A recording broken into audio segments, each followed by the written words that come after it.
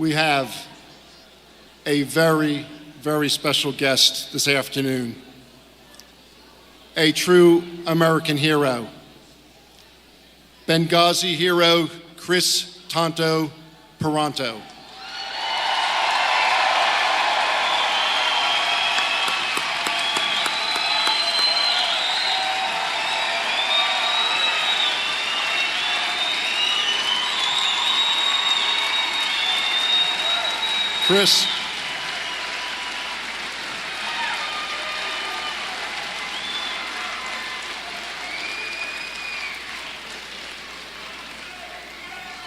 Kris, Kris is a United States veteran and private security contractor who served the United States for more than 18 years. Kris possesses elite training skills received from the U.S. Army Ranger, 2nd Battalion, 75th Regiment, and 5th Battalion Special Forces Group. Throughout those 18 years, Kris joined other security companies including Blackwater Security, the Central Intelligence Agency, OSEN Hunter Group, and Nexus Security Consulting. I had the privilege of having watched his presentation last night at Penn's Peak, and he had us mesmerized for 2 hours about how it was. He doesn't hold any punches, he tells it like it is. Please welcome Benghazi hero, Kris Tonto Paronto, to tell us the truth.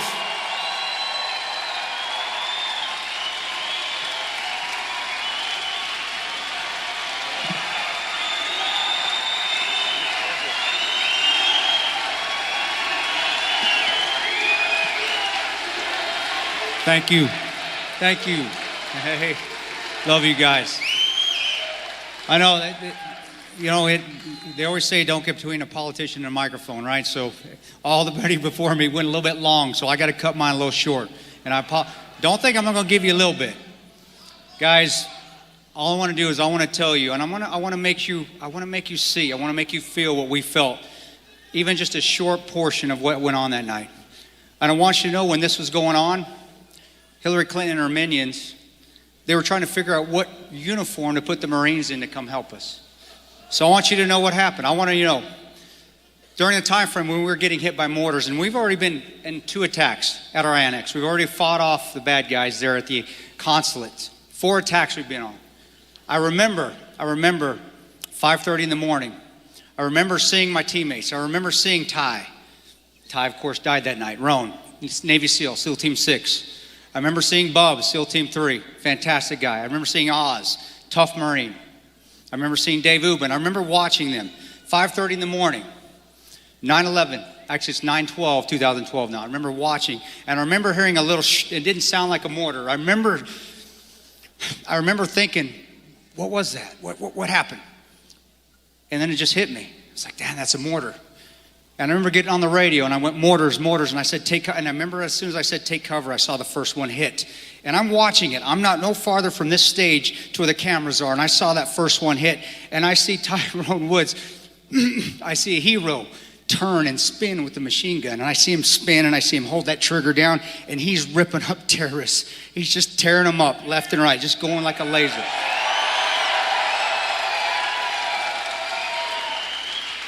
And forgive me, I get a little emotional still after 3 years of this. I do. I feel it because we didn't lose anybody in Benghazi, right? I saw it in a debate, right? Hillary said we didn't lose anybody in Benghazi.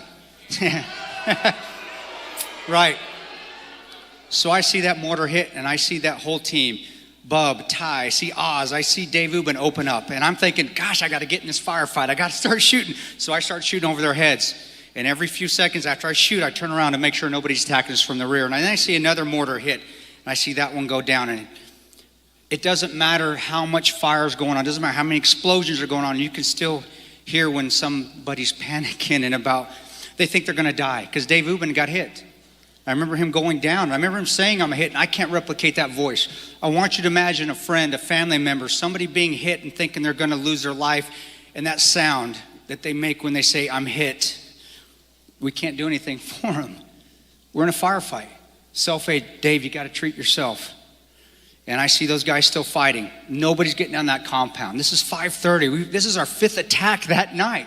After requesting, we're requesting support. We're requesting air support and not getting it.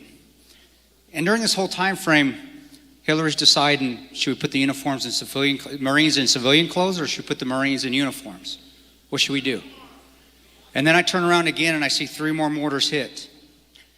And all I see is pixie dust. I see dust. That's what it looks like when I've been fighting for 10 years. I've been going overseas for 10 years at this point. I've seen more than one mortar. And I see those mortars hit, and I see that pixie dust coming down. And I see no team. And I see I can't wrap my head around it. You can never wrap your hand around war. You just can't. And my mind says your team just got turned to dust. And I did drop my head for a second. I did. I went, we can't beat this. We don't got air support. Even though I asked for it at 9:37, even though I asked for it at midnight, and I asked for it at 3 o'clock in the morning. And we have air support all over that place available.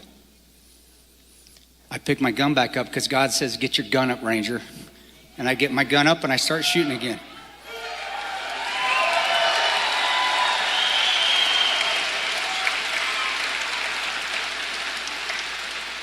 And I remember Jack still shooting. I remember Boone still in the fight.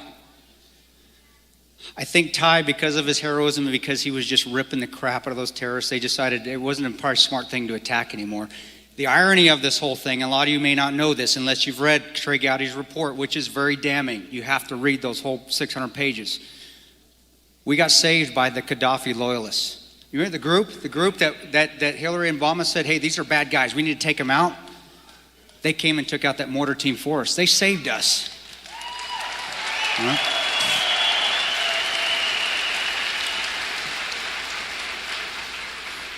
And I see a true hero get up on that roof, Tig. You guys have probably seen Tig. If you're at the RNC, you've seen John Tig Tigan, big Marine. I see him get up, and I see him get up on that rooftop. Even though there's mortars that are going to be hitting there anytime soon, I see him get up, and I see Oz. Now, Oz and I don't always get along. I'm not going to admit that we do. But I will never question that Marine's toughness. Marines are tough as nails, man. These guys are awesome. And I see that Marine get up, and I see him still try to shoot, and he can't keep his gun up, and I can't figure out what's going on. Why can't he keep that gun up? It's because his arm's blown off. He's got half an arm. And every time he tries to get that gun up, it falls because his arm can't support it. But all he can think of, and I remember asking Oz, I said, what were you thinking, brother? He says, man, I just want to let you guys down. Even though we were getting let down in D.C. because nobody was going to come, because, Benghazi didn't happen, right? There was no battle in Benghazi. That Marine, yeah, damn right, dang right. That Marine's getting up because he didn't want to let us down, even though he has half a freaking arm. And I see Tig sit him down, and I see Tig get a tourniquet on Oz. And then 2 of the bodies that we didn't lose in Benghazi. 2 of those bodies, right? We didn't lose anybody in Benghazi. It didn't happen. Ty's dead, fetal position. Bub's dead, face down. Dave Ubin has half his arm. He's sheared off. His leg's at a 90-degree angle. And that Marine gets over there, Tig, and he puts tourniquets on Dave Ubin and saves his life. Now, I only got a short time. That is a touch of what happened in those 13 hours. That's just a minimal thing. That was the last attack. Now, why I get fed up with this? Because we continually have been lied to about what took place in Benghazi. We were continually lied to by the administration, by Hillary Clinton, that nothing could have been done. It's about 8.5 hours after nothing could have been done. But you know what? And this is where we come from, and this is where we're strong. That team there, that team of 2 Navy SEALs, 3 Marines, and a Ranger, we never gave up. We never quit. And that's what this place is about. You never quit.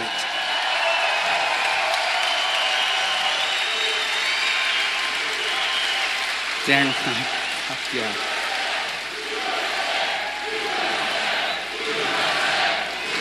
God, man. This is awesome. Awesome. Now, I got to get out of here. I got a little bit of time, but all I want to say is there's this man that's going to be coming in after me. His name's Donald Trump. You may have heard of it, right? You may have heard of it. He's not a politician, and that's what makes him right for this job. He believes in this country. He's built this country. He spent his own money building this country. And I'm telling you right now, he will never leave anybody behind. He's not going to do it. Now, you can go ahead and listen to the media. You can go ahead and listen to whoever you want. If you don't want to take the word from a Ranger, you don't want to take the word from 2 Marines, Tig and Oz, and you don't want to take the word from my buddies, the other Marine, D.B. Benton, or Jack Silva, or Ty Wood's wife, or Katie Quigley, which is Glenn Doherty's sister, or Cheryl Bennett, which is Ty Wood's mom, and you don't want to take their word for it, fine. But you're failing this country if you don't. We believe in this man. You guys need to stand behind him. Keep working hard. Never quit. Get out there and push this tomorrow. Make sure this man's the President of the United States tomorrow. Make sure it happens. All I want to say is God bless you all. I love you all, and thank you for letting me continue to serve your country. Thank you.